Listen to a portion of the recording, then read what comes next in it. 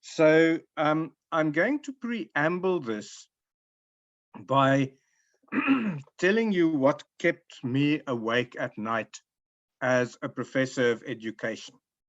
So many years ago, I was asked in a conference, where I was sitting in a class actually, and I was asked, or the class was asked, what is the definition of learning? And as a professor of education, I was hoping that I didn't have to answer that question, because as you know, as many professors of education there are in a room, so many definitions you will have of what learning is. And so I was really worried that I might make a fool of myself if he asked me to answer. So fortunately for me, he gave the answer, and it was, to my mind, the best answer that I've ever heard as far as um, learning is concerned. I'm just writing what time I must finish. So to my mind, his answer was the best answer ever. And he said, learning is being able to do something afterwards that you couldn't do before. And I thought that is the best definition I've ever heard in my life, because it is so easy to understand. By the way, please feel free to make notes in the chat to let me know what you feel, whether you agree, whether you disagree, whether you have questions, because in an hour and a half, I really can't say talking to you all the time. I really have to get feedback from you.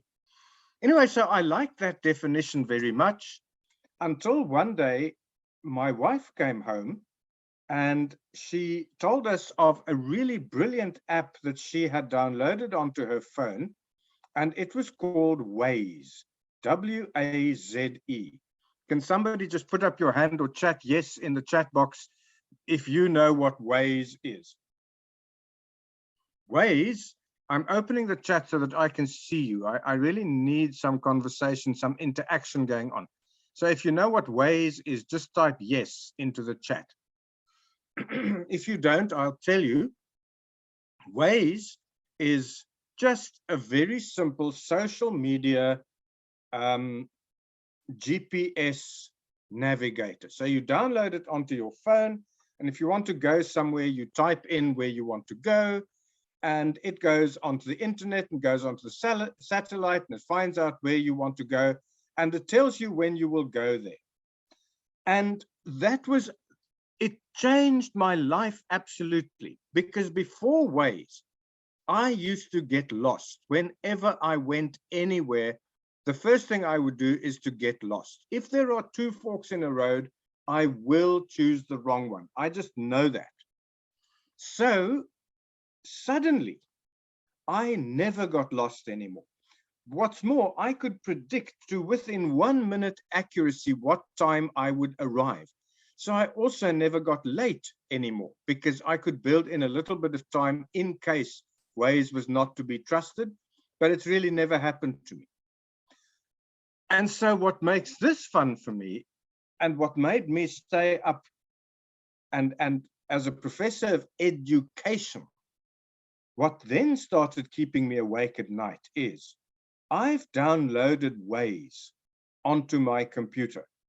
Not computer, onto my Samsung Galaxy Note 9. And I downloaded Waze, and I'll show you, there it is. I downloaded Waze onto my computer, and ever since I had Waze, I could tell it that I want to go to 39 Delville Road, Cape Town, and it will take me there, whether I want to or not. There you can see it. It tells me it is 1 hour and 5 minutes drive, and she says what road we'll take, and off we're on the way. And so now I can do something that I have never done before. I don't get late. I can get to anywhere on time without getting lost. But here's the intellectual puzzle. What learning took place? And so I'd like you to try and put in the text box, what learning do you think took place there? What cognitive connections, what cognitive structures in my brain got altered so that I no longer get lost. I'm still not hearing anything from you, which is making me very nervous. I don't know whether I'm just talking to myself. So Dr. Biju says, I learned time and I learned directions, but the cognitive connection in my brain didn't change. What I learned was how to click on the Waze icon, and it takes me there. And so that worried me for a long time. I was really, thank you, doctor, for participating. It makes me feel better. It makes me feel I'm not talking to myself. And so then I was asked to talk about a concept called Learning 3.0, and I had no idea what that was. So I Googled for it, and I came across a very nice website. And what I learned there is explained this all to me, that because we live in a hyper-connected world, the learning that took place was not inside my head. The learning that took place was the whole interconnected system had learned. So I had learned to where I want to go. Waze learns about my habits. Waze learns about the habits of other people. And if there's a blockage on the road, people tell Waze there's a blockage on the road. Waze knows to tell me. And the longer I use Waze, the better it becomes at helping me go where I want to go. So I'm not the one learning. It is the whole system that's learning. And that changed the way in which I lead my life, because I'm now realizing that learning no longer happens between our ears. Learning happens between us all. And it is my job to teach a student how to tap in to that enormous network of learning that happens all around us. Because we've moved from a humanist era where we believe that human beings are in charge of the world. We've moved to what people call a post-human era. And in a post-human world, human beings are no longer at the top of the tree, because what's happened is that we have connected inextricably to machines.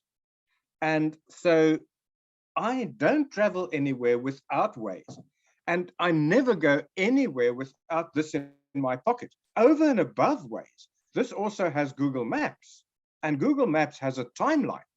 And so some time ago, we were at a very nice restaurant on a wine farm outside of Cape Town, but we forgot about it. And about a year ago, I said to my wife, we must go to that farm again. And she said, yeah, but it was about 2 years ago that we were there. And we went back into Google Calendar and we found out when it was that we went there.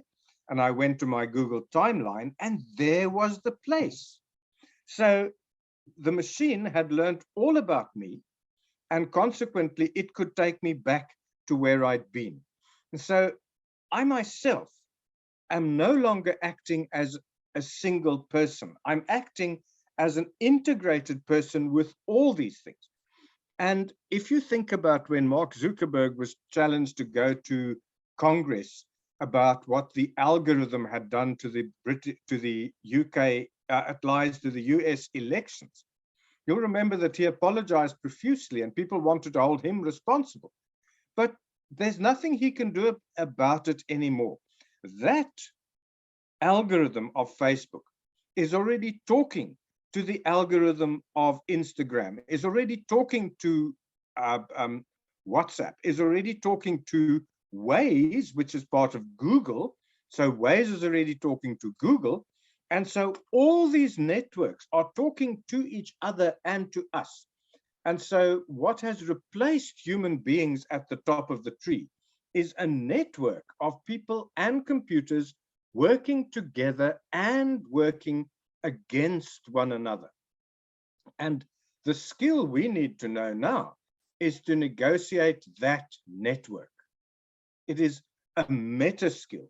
And what we also have to realize is that it's not just people and machines in that network.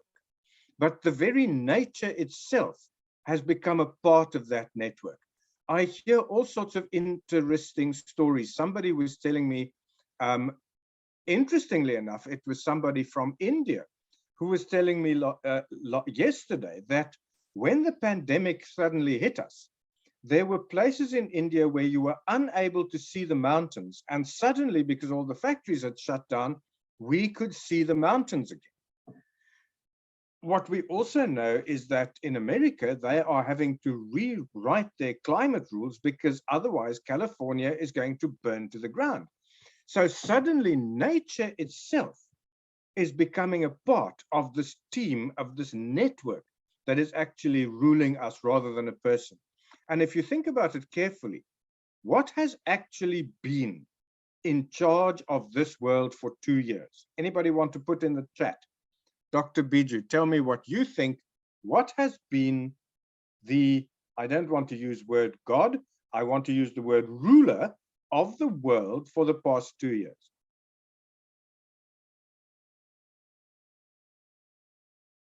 And I see you're all very shy. And Dr. Biju says information. And I'm saying, well, yes, it's interesting. It's a mixture between information and disinformation. But what has actually ruled the world over the past 2 years has been the COVID-19 virus.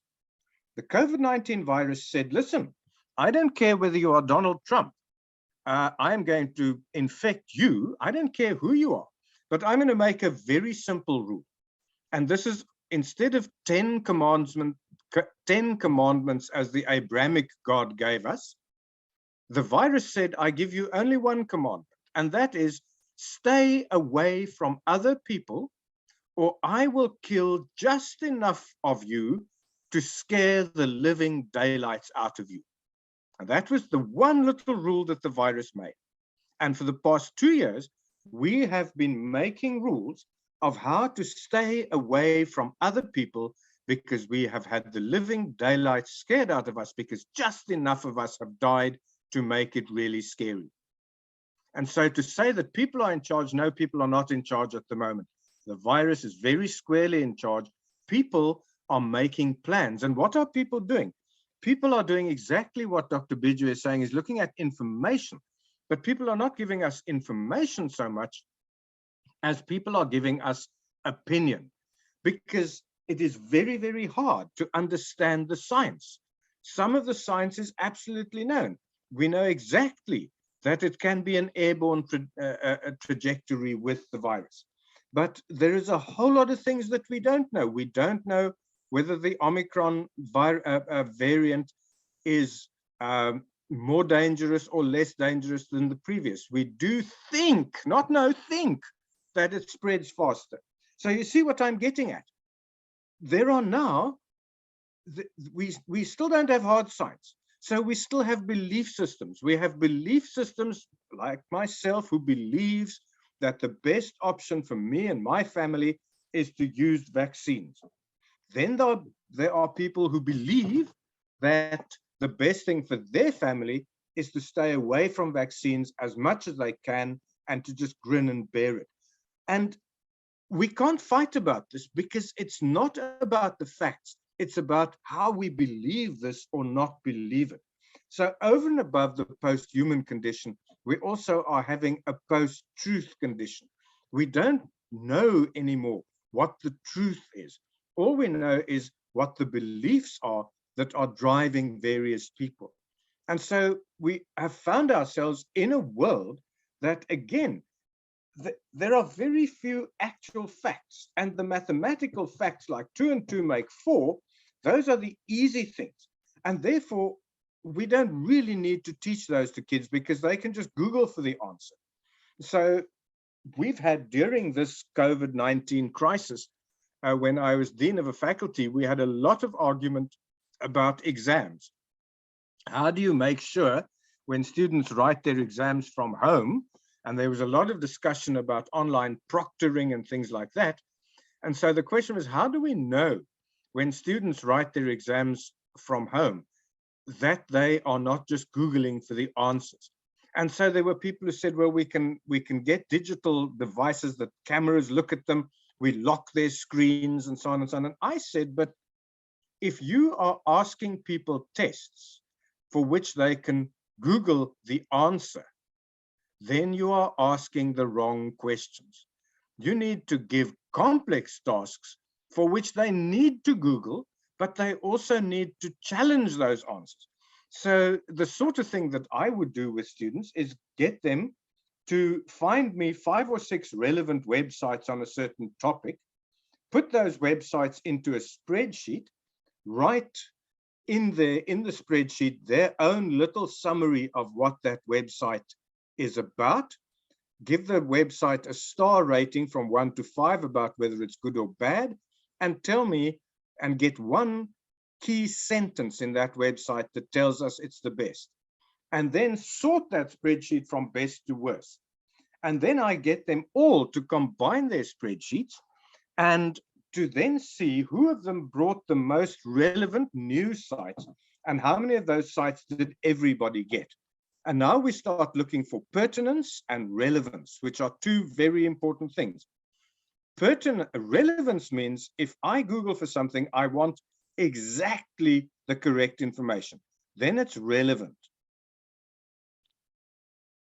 The problem is if you Google for it and you get exactly the same information as I did, it's still relevant, but that's not pertinent anymore because there's nothing new.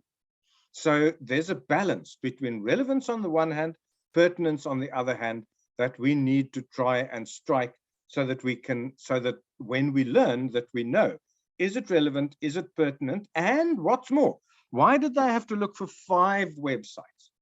Because I'm trying to see to what extent are they triangulating their information. Are they getting the real truth? And so this whole network where people, nature, and technology are all mingled together, that has been described by Deleuze and Guattari as the rhizome.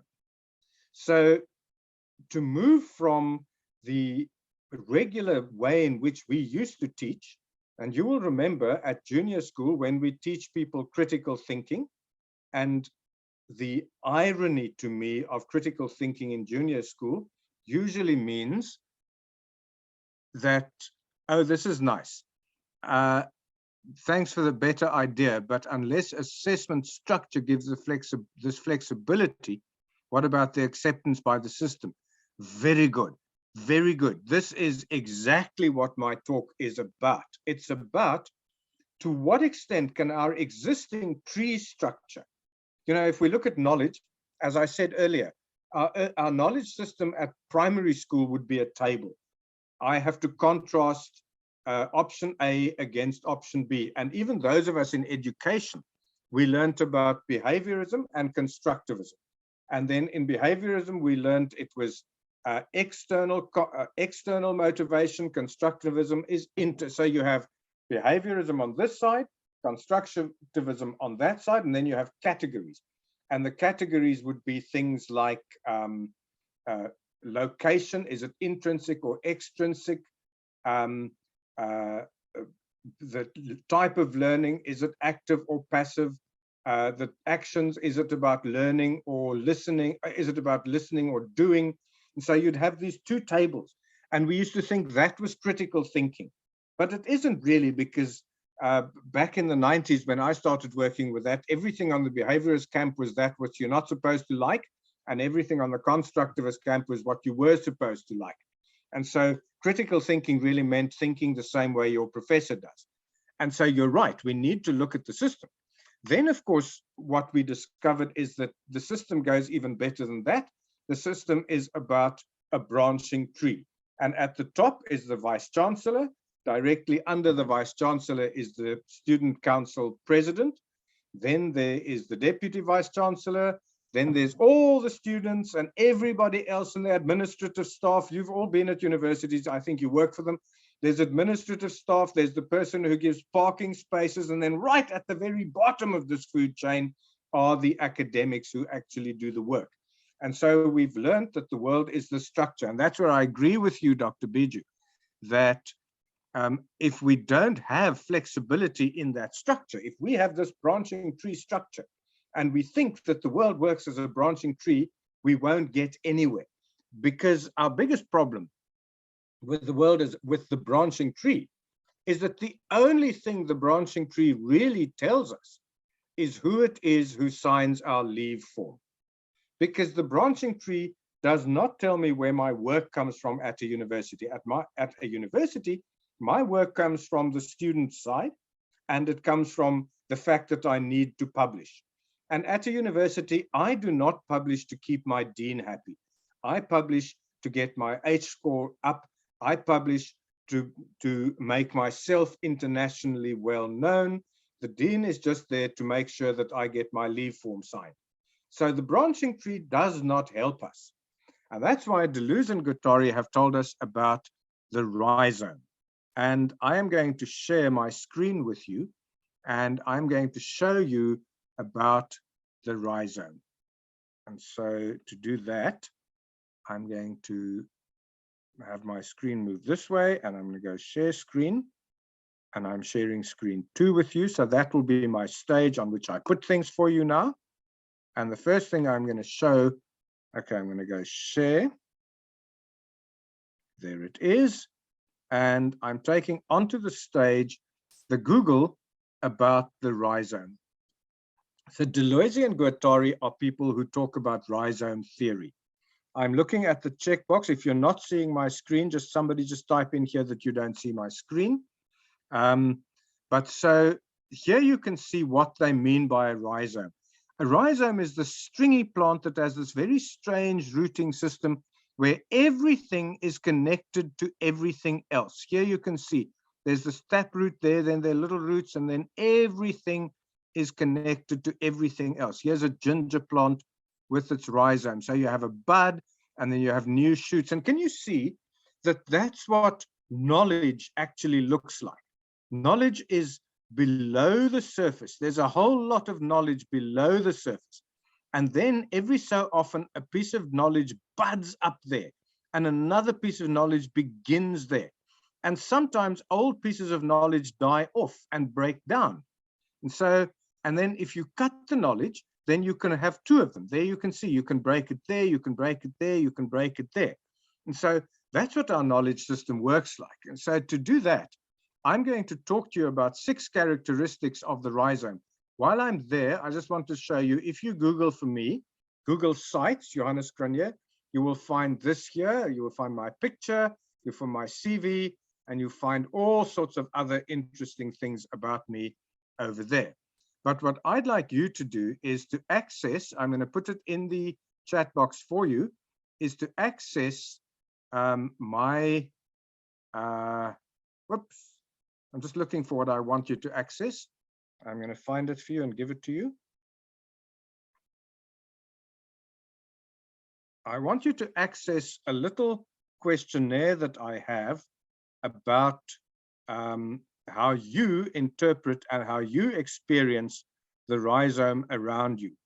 And so in the chat, I'm going to put this URL, and you're going to get to this form. And then if you put in any name there, that's fine. If you put in an email address, then I will put you onto my newsletter list eventually. So I'm quickly in the chat going to give you that link. And I'd like you to go to that link and open that form. It's in the chat for you. If you click on that, it should open the form. So it does. If I just double checked and I clicked on it for you, and it opened the form for me. And so I'm going to close that. And I'm going to, no, I'm not going to. I'm actually going to keep the form open. And this is what it is. So here are the 1, 2, 3, 4, 5, 6 characteristics of the rhizome. Can I just get an indication whether I'm still on the right track, or whether you are now quite cross with me because you think I'm talking too far off topic? Because my topic here is about how to decide about what sort of social media you're going to use. And I have an hour and a half, so I need to explain social media and social networking before I can go further.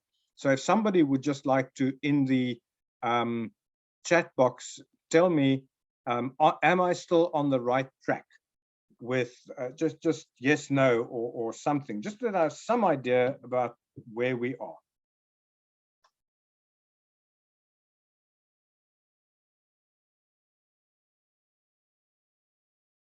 So ask me a question in the chat box, or make a comment about where we are at the moment. Is the rhizome, are you familiar with the rhizome and rhizome theory, or is this new to you?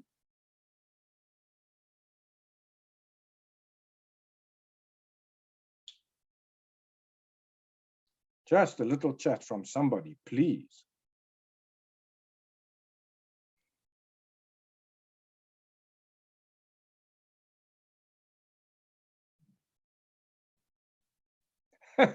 Thank you, Dr. Biju. I think at some stage I must send you flowers or something, because you are very kind to talk to me. The rest of them are making me feel lonely. But thank you very much, Dr. Biju.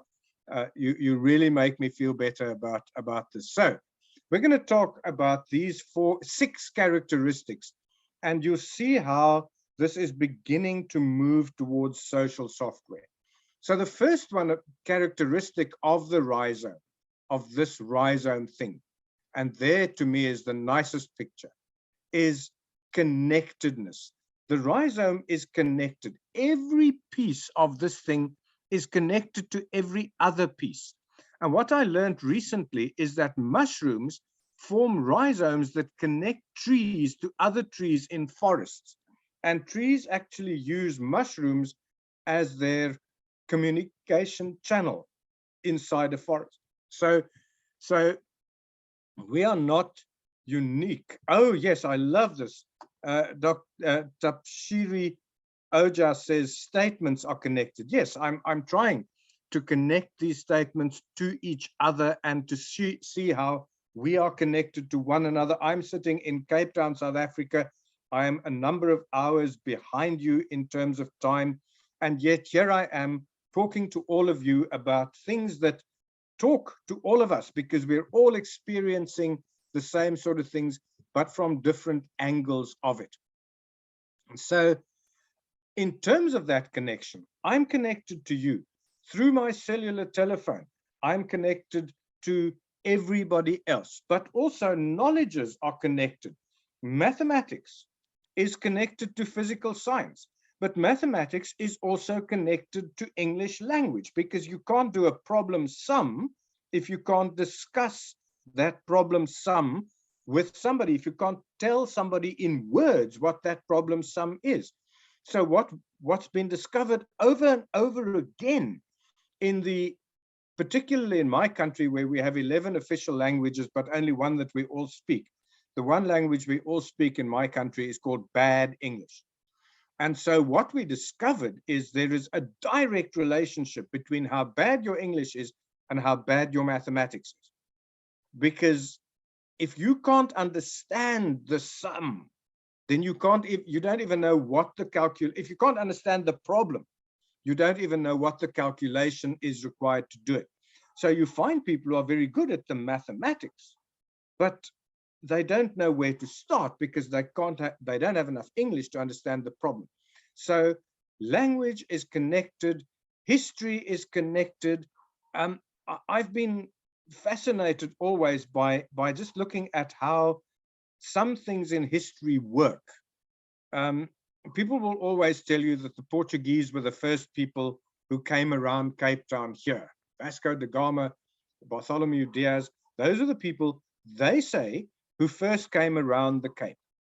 But the truth is that 500 years before the first Indian, 500 years before the first European rounded the Cape on their way to Asia, 500 years before that, the Asians had already come across in the opposite direction.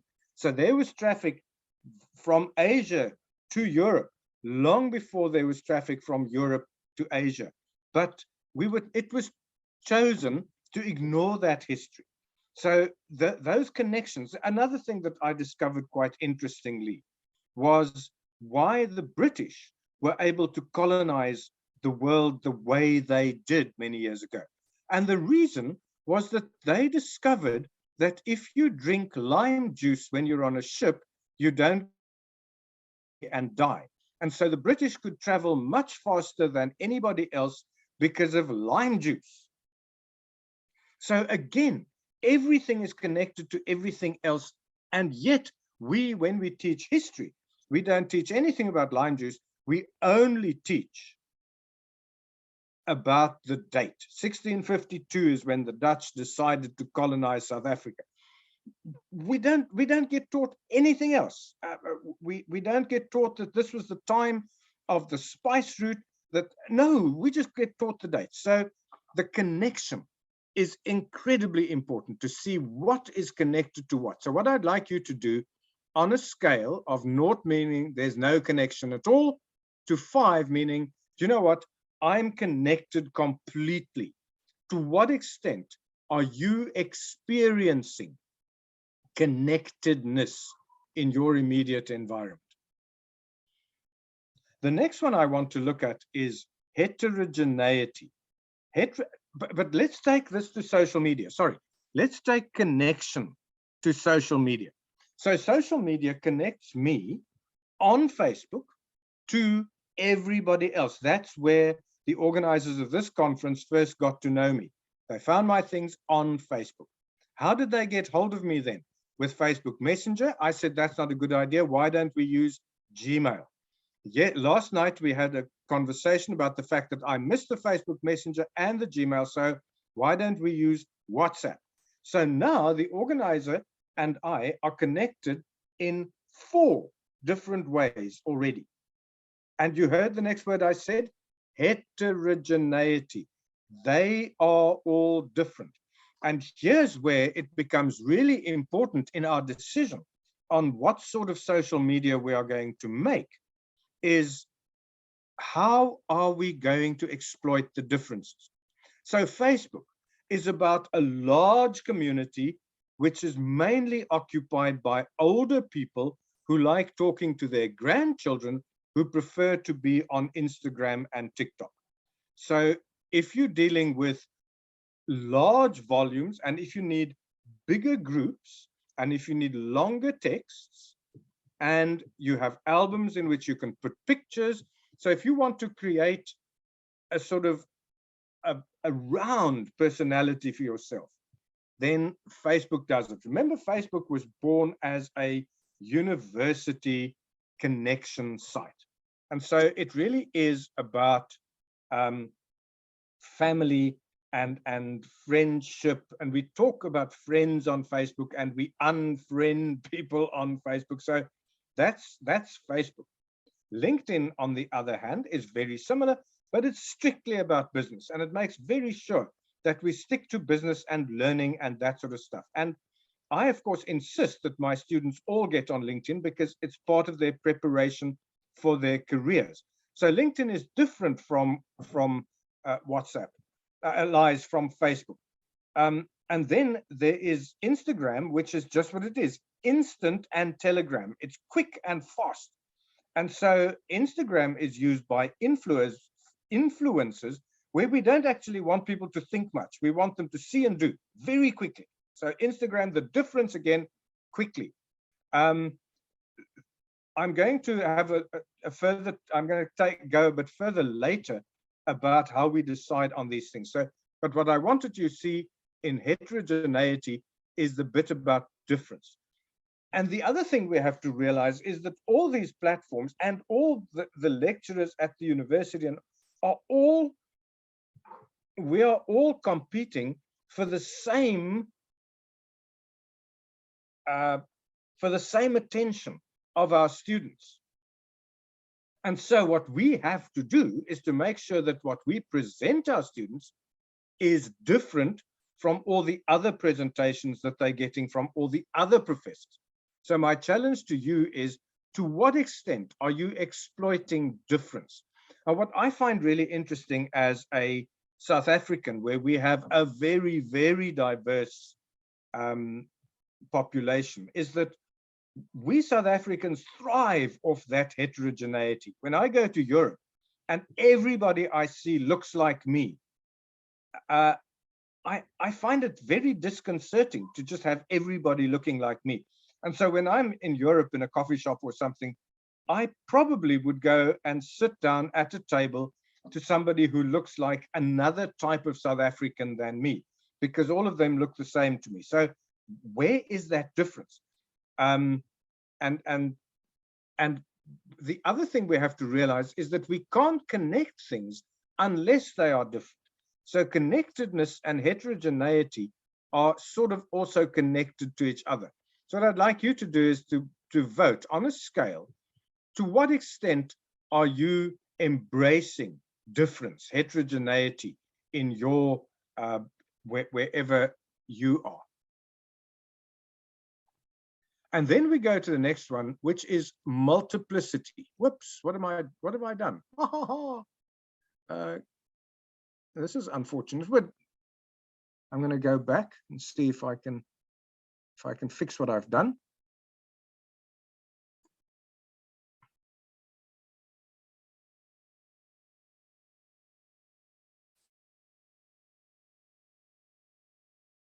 There, I fixed it.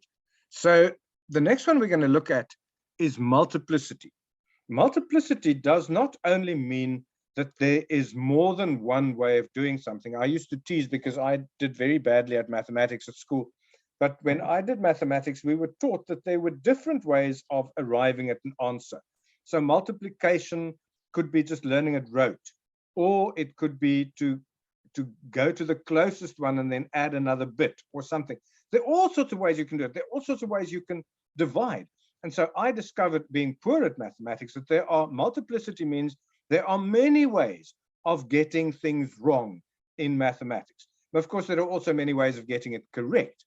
But also there are multiple approaches, and we saw this with the virus. There are multiple coping mechanisms that people have with this virus. Some people say they're going to do ivermectin. Other people say, as my family have, we're going to stay at home, wear our masks, and go out for the very minimum. We're going to vaccinate. We're going to go the whole route. Other people are saying we will not have foreign poisons in our system. Other people are saying we're happy to vaccinate, but we don't want to be forced to vaccinate. So can you see that the approach is just, there are multiple of approaches. And again, when we look at our current curriculum design, we tend to want to have only one. There's only one way that I'm going to teach you this. And that's not going to help our kids and our students to make it in life unless they learn to embrace multiplicity. So there was a whole lot of discussion some time ago about which platform we should use at our university. Should we be using Zoom? Should we be using Microsoft Teams? Should we be using Blackboard Collaborate? Should we be using WhatsApp Voice? Should we be using Google, whatever the Google option for video conferencing is? Or should we even be using Skype?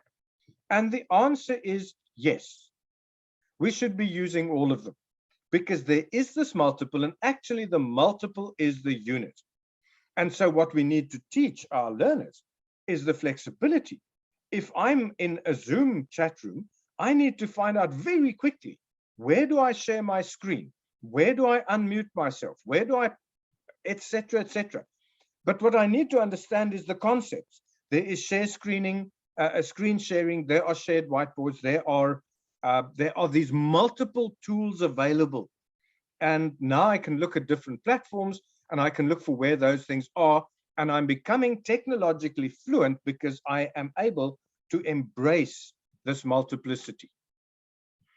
So again, the question that I have for you is, to what extent are you seeing and embracing multiplicity in the world around you, in your teaching and learning? The next one we're going to look at is asignifying rupture, which means that pieces break off. And you'll remember I was showing you there. Where was that nice picture of there? Where you could break it off there and it would be a whole new plant. And you could break it off there and it'd be a whole new plant. Now, I have a plant exactly like this one in my garden. And my wife's dogs keep on breaking them because they run over them. And I don't get cross because every time they break some off, I plant them again and I have even more. So the more the dogs break them, the more plants I'm going to end up having. And so that's because of this asignifying rupture. Now, what I mean by asignifying rupture and how we're going to get to the asignifying rupture concept is that the same happens in knowledge. Knowledge is not a solid unit. Pieces break off. And that's why I got very cross when we learned vectors in 1 year at school. I think we learned about vectors in year 8 at school in mathematics. And then in physics, we learned about vectors again, but that was in year 9. And so it made no sense to me. Why do we learn about it here and there? Why couldn't they just break off this little bit and put it into the next little bit? I don't know how many of you are multilingual. Well, most, I'm sure all of you are multilingual. You speak your own language and you speak English. And then when we're in school, those two are kept completely separate. Teacher never says, but wait a minute. There are fundamental basic principles of language: subject, verb, object. You've got to have them. Some languages goes subject, verb, object. Other languages, such as Latin, goes subject, object, verb. It doesn't matter. You just have to understand those concepts arrive everywhere. And we can break off the information that we have in this subject, and we can plant that information in another subject again. And at my university, we've been really bad at that by having what we call service subjects. So we would have Latin for lawyers, and we would have Latin for doctors, and we would have Latin for theologians. So there would be 3 types of Latin. And I'm saying that is fundamentally poor pedagogy. You need to have Latin. And then the student needs to understand from this Latin, since I'm a medical student, I'm going to extract, I'm going to break off this piece of Latin. And because I'm a law student, I'm going to break off this piece of Latin. And because I'm a theology student, I'm going to break off this piece of Latin. Because then I embrace connectedness, heterogeneity, multiplicity, and the asignifying rupture. And what we also discovered with our own students is that this breaking off information and putting it somewhere else, if you do not teach that to students overtly, you've got to stand up and shout it into their ears, they will not do so. So what we've been trying to do in industrial design is to teach sub-skills and then expect the students to put those sub-skills together. And what we find is they're very good at the sub-skills, but they're really bad at putting them together. And so we've had to realign our curriculum so that they can see what I'm learning here in color theory with the lecturer doing color theory. I am going to need in the 3-dimensional design section when I am making a robot, because that robot will have to be spray painted. And because the color theory lecturer made us do a flat poster, that does not mean that does not mean I don't have to translate the information about color on a flat surface onto the fact that I now have that information. I must use that information on a 3-dimensional surface. And that's what I mean by asignifying rupture. We need to teach people how to break off information that they find in one area and put that in another area. Are you beginning to see why I said a little bit earlier that if you teach people, if you ask questions for which people can Google the answers, you are asking the wrong questions. You need to devise tasks that people have to Google. They have to look for things to be able to make that. The next one I want to look at is cartography. So cartography is about drawing maps. I'm just quickly going to Google for mind map. I'm going to enter so that we can quickly talk about mind maps. And there they are. And so here you can see a lot of what maps look like. There's this and that. Now, I used to do, when I started teaching, I thought that was really the most brilliant thing you could do, is to get your map and get your, and so instead of putting bullet points on a board, I would start drawing this mind map for my students. And we would, and the really good thing about mind maps is that they make use of the visual part of your brain. Who of you can remember that time when you wrote an exam and you knew the answer was 2/3 through the textbook on the bottom left-hand corner of the page, but you really couldn't remember what that was? So I remember some years ago, my child had to, in grade school, had to learn the distance of the planets from the sun. And he and his tutor had a big fight because he said that couldn't be done. I'm too small to remember the thousands of kilometers of the planets from the sun. And so I said, no, it's not difficult at all. Let's draw a mind map. And we put the distances equilaterally around. We put the sun in the middle. We put the distances universally, and then we simply draw where they are. And then all you have to remember is the map. And so he went to school and he was able to do that. It was very high accuracy. And I came back and I said, how did it go? He said the teacher was completely unimpressed. She just wanted me to know Mercury, Venus, Earth, Mars, Saturn, Uranus, Neptune, Pluto. So he'd overlearned because it is so easy if you use the right things. But what I discovered then, when I would draw a map on the board and the learners would then, and I would put the various topics on the board for the learners, what ended up was that I had a map, but the learners just had a tracing. Their map was a tracing of my map. And here's where I want to explain to you what I say again about if people can Google the answers, you're asking the wrong question. So instead of saying to a student, take chapter 5 of the textbook and convert it into a means, put the chapter heading there and all the paragraph headings on the sides, and then little fingers to all that.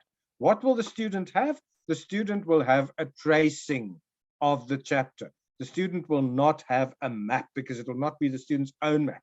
Instead, I say to the student, put yourself in the middle of yourself. We're doing town and regional planning, and we're talking about urbanization, and we're talking about services. And now we start looking at, if I put myself there, I'm looking at urbanization. Me, myself, where am I in terms of urbanization?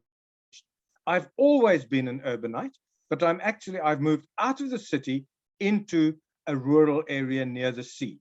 You, the student, have moved from a rural area into the city. How do you experience it differently from me? And so can you see now that the student cannot copy, because it's the student's life in the middle. They cannot copy somebody else's mind map, nor can they copy from the textbook, because they have to go and find their life and life through all that theory. And what ends up then is the learning that occurred in that process. So back to what we were saying, to what extent are you making sure and are you experiencing that there are cartographies, that every student's life is her own map? And the aim of the thing is for students to develop their own maps, not to trace yours. And so I'd like you to vote on that one. And then we're going to go to the last one, which is called decalcomania. And when I'm speaking to people in the East, I get really excited because that's where decalcomania is really big. And decalcomania is about decal. You will remember it's a little piece of paper with an image on it, and then you put it in water and you fix it to a surface, and you take it off in the image, and you take another one and another one and another one and another one, and you start making endlessly repeating patterns. And so I'm going to Google for decalcomania, and I'm going to go to Google Images, and we're going to see what decalcomania looks like. And there you can see pictures, endlessly repeating pictures that we make when we make things repeat themselves. There we can see decals, more decalcomania happening all the time, endlessly.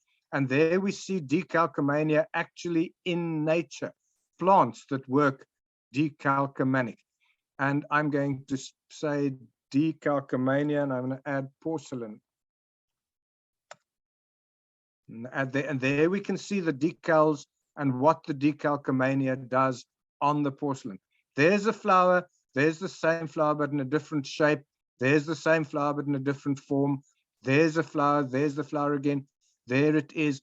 And you have all these endlessly repeating beautiful patterns that come from the fact that we make them repeat all the time. What does that tell us about learning? It tells us that learning is there.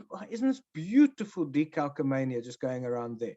So what decalcomania tells us is that life and what we have to learn is about endlessly repeating patterns, and all of them are identical. That one is identical to that one is identical to that one, but no two of them are the same. Isn't that a fascinating statement? All of them are identical, but no two are the same. You have the same with your learners in your class. All of them are identical, but no two are the same.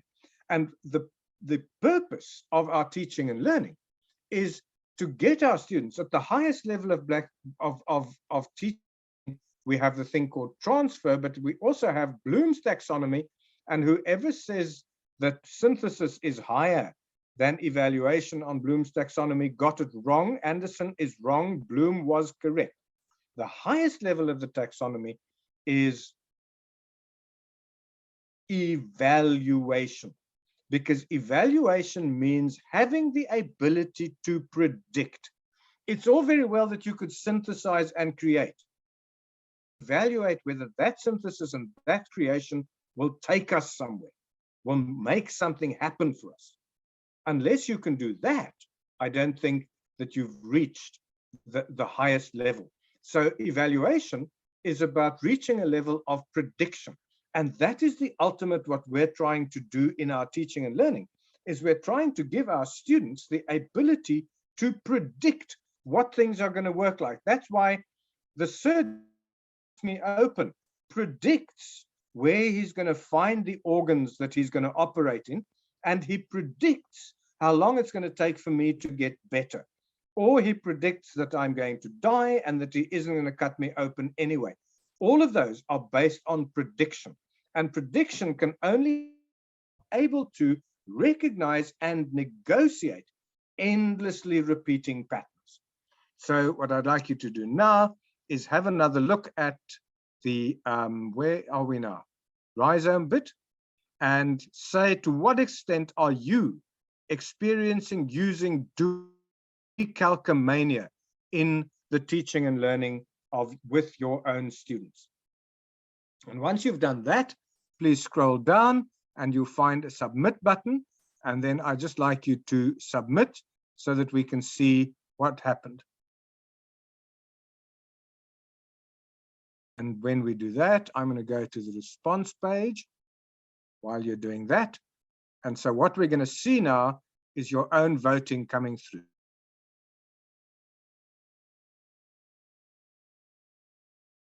So as you vote, we'll see to what extent, and like with, this is the number of votes that we've had so far for each of those. And so as you vote, so we'll probably see it increase and decrease over here. So I'm going to ask you to finish your vote and submit. And then I'm going to suggest, it is now 9:55. I'm going to suggest that we take a 5-minute break, because I'm sure you're tired. I certainly am. So I'm just going to take a 5-minute break. And then I'm going to talk to you about how we take all this stuff and we bring that into social media. How do we take everything we now know about the rhizome, about the social network, and how do we take that into social networking software? So let's quickly take 5 minutes. Great. So here we can see it's come down a little. What's interesting for me is people like the connectedness. We are highly connected. Heterogeneity a bit less, and as we go down, we still teach in our silos, and we certainly want students to make carbon copies. They're not making their own maps, but we are beginning to realize the importance of teaching for decalcomania, teaching for the fact that teaching for sorry, let me just get my head back. Teaching for prediction so that people can see the endlessly repeating patterns. So, having done the theory, now let's go into the practical part of this whole thing and say, so what does that make for us in choosing what sort of social media we want to do? And so I have a paper, and I'm going to share the paper in the chat box for you, which is called A Decision Framework for Blended Learning in Higher Education, or no, in the COVID-19 pandemic, I think it's called. Just going to quickly give it to you. So here it is in the chat. Why can't I open the chat? No, here's the chat. Does somebody want to click on that and check whether it's downloading? I can quickly do that. Okay, there it is. It's downloading. And there it is. So this is a little paper that I wrote so that we can ask ourselves, how do we decide when we are doing blended learning? How do we decide on the nature of that blend?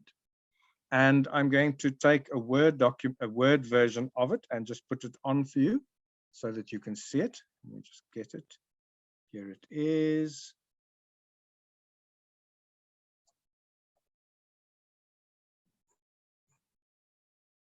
So we're looking at blended learning and how do we do it with blended learning? The problem I've had with blended learning is that very often when people talk about blended learning, they say it's any blend of face-to-face and distance learning with technology.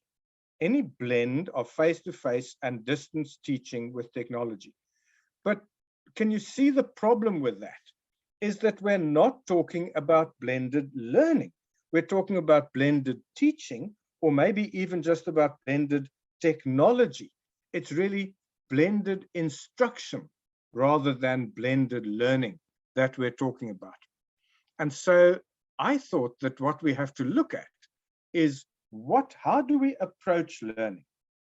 And in my earlier presentation with you, I mentioned to you that we have these two opposites. We have objectivism or behaviorism on the one side, or traditional teaching, as some people want to call it. And then we have constructivism or problem-based learning or various other things, or non-traditional or innovation on the other side. And we get taught that objectivism is bad and constructivism is good. And I thought, actually, no, that's not true. Maybe we have this. Maybe we have constructivism, which is the idea about how we get to constructing knowledge, and behaviorism, which is the idea about how we transmit knowledge. And maybe the two are completely different things, and they need to be put at right angles, because in that way we can actually be high in both. Because some people will tell you that if you look at this one, then if you're going to be 100% behaviorist, drill and practice, then you've got to be zero constructivism. And if you think about a concert pianist, she's sitting in front of that piano, she's doing drill and practice. But while she's doing the drill and practice, at exactly the same time, she is constructing an understanding of how that music works. She is developing goose flesh on her arms as that music attaches to her as that emotion grabs her. All that happens at exactly the same time. So it's not either the one or the other, it's both. A concert pianist in her final recital is there. She's doing both objectivist physical exercise and constructivist thinking at exactly the same time. On the other hand, people will tell you that if you get into the stage where there is no planning and no constructive, no planning, direct instruction here, and there's also no curriculum, no scaffolding there, then you're not going to learn at all. And yet, how did you learn to walk? You stood up against a chair, you wobbled, you fell down. You stood up again, there was no scaffolding. You weren't given your walking ring. You didn't learn to walk in the walking ring. You learned to walk once you got taken out of the ring. And then you balanced yourself a little, and then daddy would hold his hands or mommy would hold her hands, and you'd wobble towards them, and then there'd be a little bit of catching. So you now move up a little bit here. And then when you learn to talk, you started saying ma, ma, ma, and you discovered that when you say ma, that large thing that brings milk and holds you against it tends to give you really nice warm reactions. So you say a bit more ma. The large thing that holds against you doesn't say, no, hang on. We've got to go A first. We teach you A, B, C, D. No, you follow the route as you want, and you construct your own understanding on this side up there, and you're in this, immersed in it. And this is really the place of experiential learning, learning by experience, learning how to drive a motor car.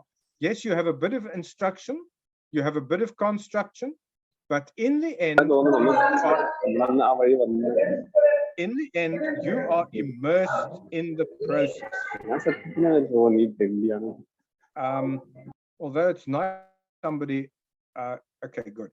All right, so you are immersed in the process. On the other hand, here is the quadrant of construct.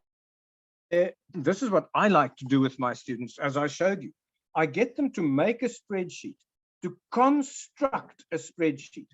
And once that spreadsheet, I made my students do a spreadsheet that had 18 questions about behaviorism and 18 questions about objectivism.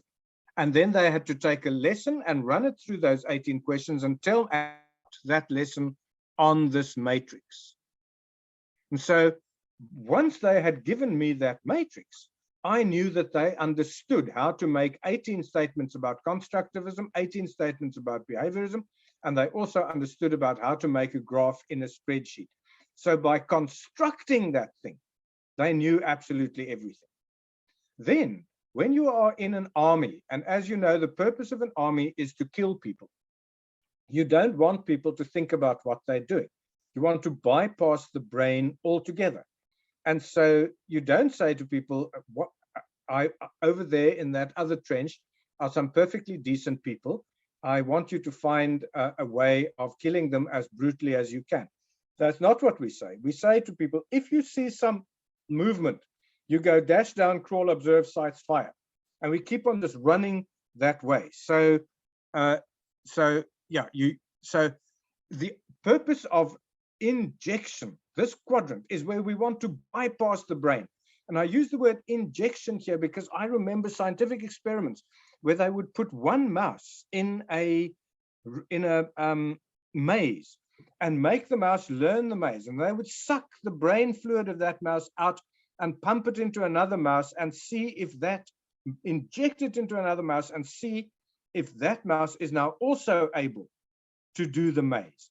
And so that's why I'm using the injection quadrant, where we're trying to bypass the learning process. We just drill and practice all the way here. And then finally, you get the integrated quadrant, where the concert pianist would take both the physical learning, getting the skills done, and also the emotional and the affective and the understanding of the music. I once went for an audition with a teacher, and I play for a music teacher. I failed grade 3 on the piano, and as an adult I wanted to learn a bit, so I went to this music teacher and she made me play. and I played Handel's Largo, which has these very big chords. And I played it very slowly, but I played it. And when it was done, she said, that was remarkably good for somebody who does not understand anything about chords. And you see, that's because I was taught in the injection quadrant instead of in the integration quadrant. So it depends on where we do it. But then what I found really interesting is, how do we decide? This is what the teaching methods are. But how do we decide? And the answer is, we look at the learning material. And here are 4 quadrants of learning as comes from Curzon Snowden. Curzon Snowden, The New Dimensions of Strategy, 2003. My article here was published, and Curzon Snowden came in 2003, and they said, my word, a chaotic world. And a chaotic world is one, or chaotic knowledge, where there's no cause and effect relationships, where the intervention is to give stability, where we have enactment tools, where we do crisis management, where we act, sense, and respond. And think about what I said about learning to walk. You, as a tiny person learning to walk, don't see the cause of and effect relationships of what you do. You eventually focus it. The intervention you have is dad or mom who stabilize you, stability-focused intervention. You have enactment tools. They say, walk to daddy, walk to daddy. So you act that you are walking. You act by moving. You sense whether you're falling over, and you respond to that. And so if the knowledge is chaotic, as in wanting to learn, then the learning has to happen in the immersion quadrant. And if the knowledge is known, we know exactly, if you do this, that will happen. So mathematics tables, you have to know your 1 to 12, otherwise you can't divide, because division is guessing table. Say you're wanting to divide 27 by 5. What is that? You guess 5 5s are 25, 2 left. So division, multiplication may be adding, but division is guessing. So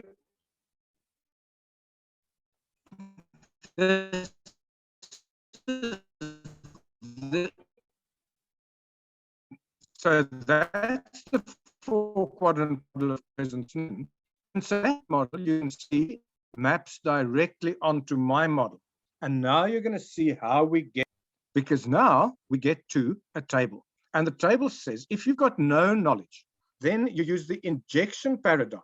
And the methods that you would use would be lecture, reading, tutorial, drill. And the technologies you might use could be Zoom, it could be various things like that.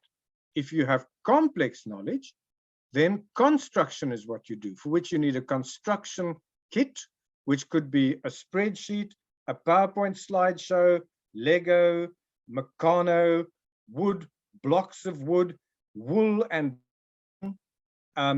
you could have buzz groups, you have essays, you have storytelling, because stories are also constructing. You construct a story. And for that, you need open-ended learning environments, construction tools such as Lego, spreadsheets, things like that. When it's no, right, and there you go. And for that, you use games, both physical and digital, and you need discussion tools. WhatsApp is a good discussion tool. Telegram might be a good discussion tool. Or you sit around a table if you're face-to-face and you discuss. In the chaos quadrant, that's where you are immersed. That's the experience quadrant, where you learn by doing in the field. So that's where there's a field trip, a real or a virtual field trip, where there are apprenticeships. And for that, we need blogs, we need logbooks, we need a... I'm going to pause for a minute to hear from you, and then I'm going to go to the last few minutes, which is let's put the social media in. Tell me a little bit about what you've seen so far.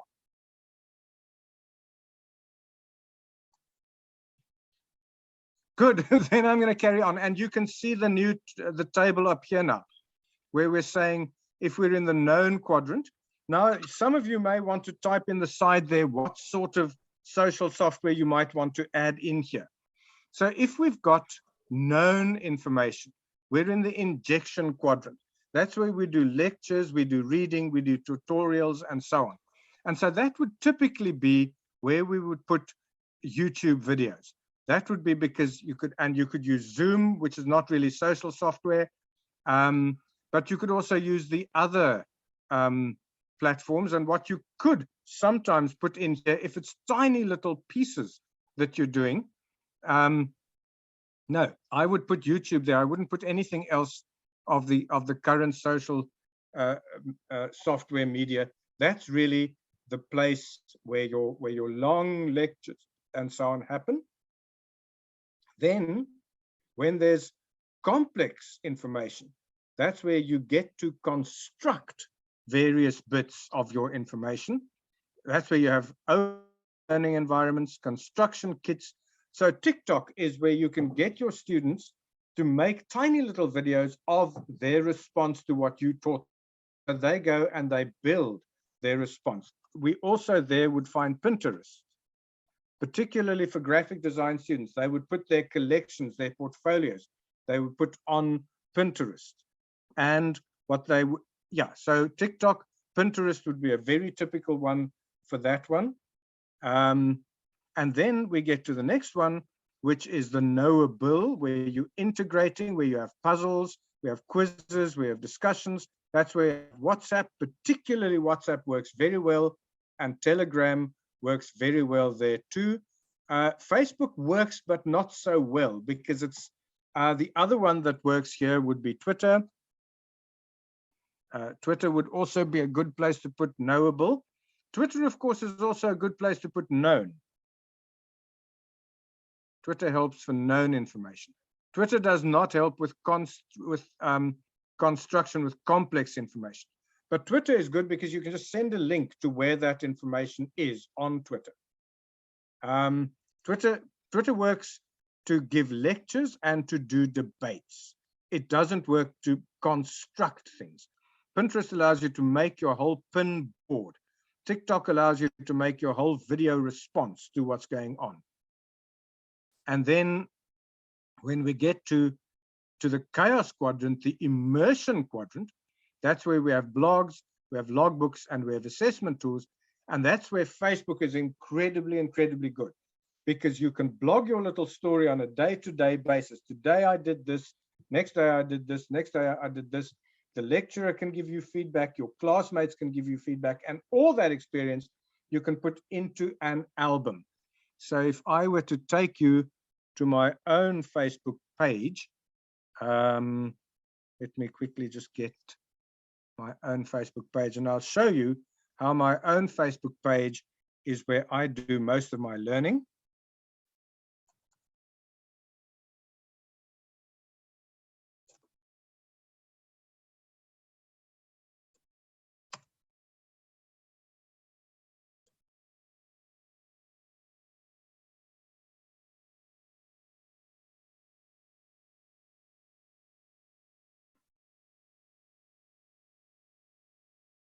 Okay, so there is my Facebook page, and this is what my friends are doing. But if I go to my own home page, which I think is, I have to go there, or do I go there? No, I must go to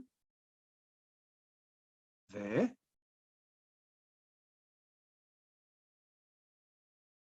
And there we are. And so what's going to come in pretty soon is my experiences on Facebook, how that works.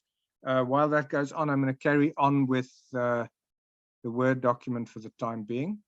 I'm going to put this back here and go on with here we are with a Word document. So Facebook works really well in this specific place because it's where you put your experiences.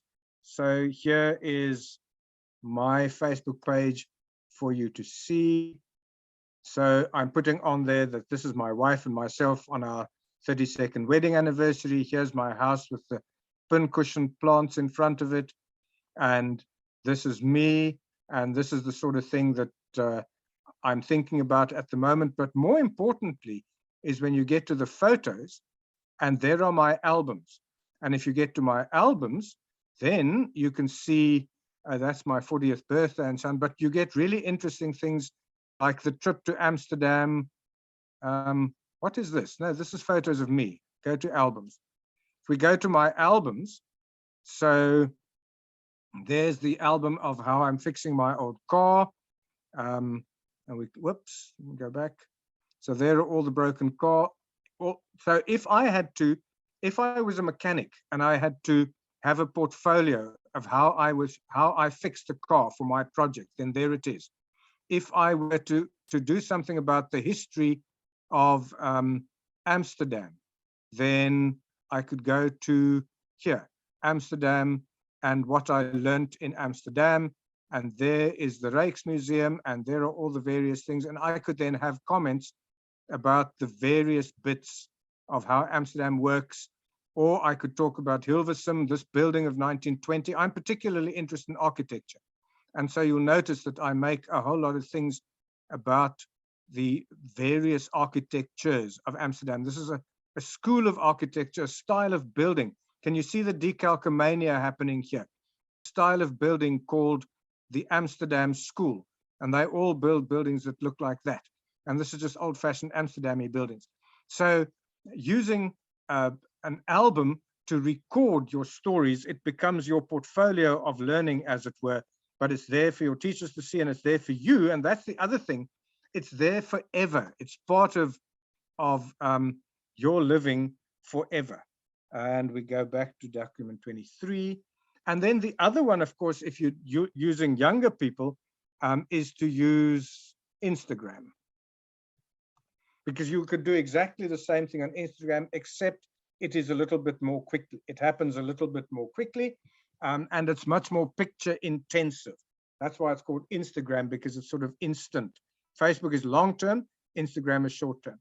So ladies and gentlemen, that then takes care of an hour and a half of selecting social media in a connected world. Questions, comments?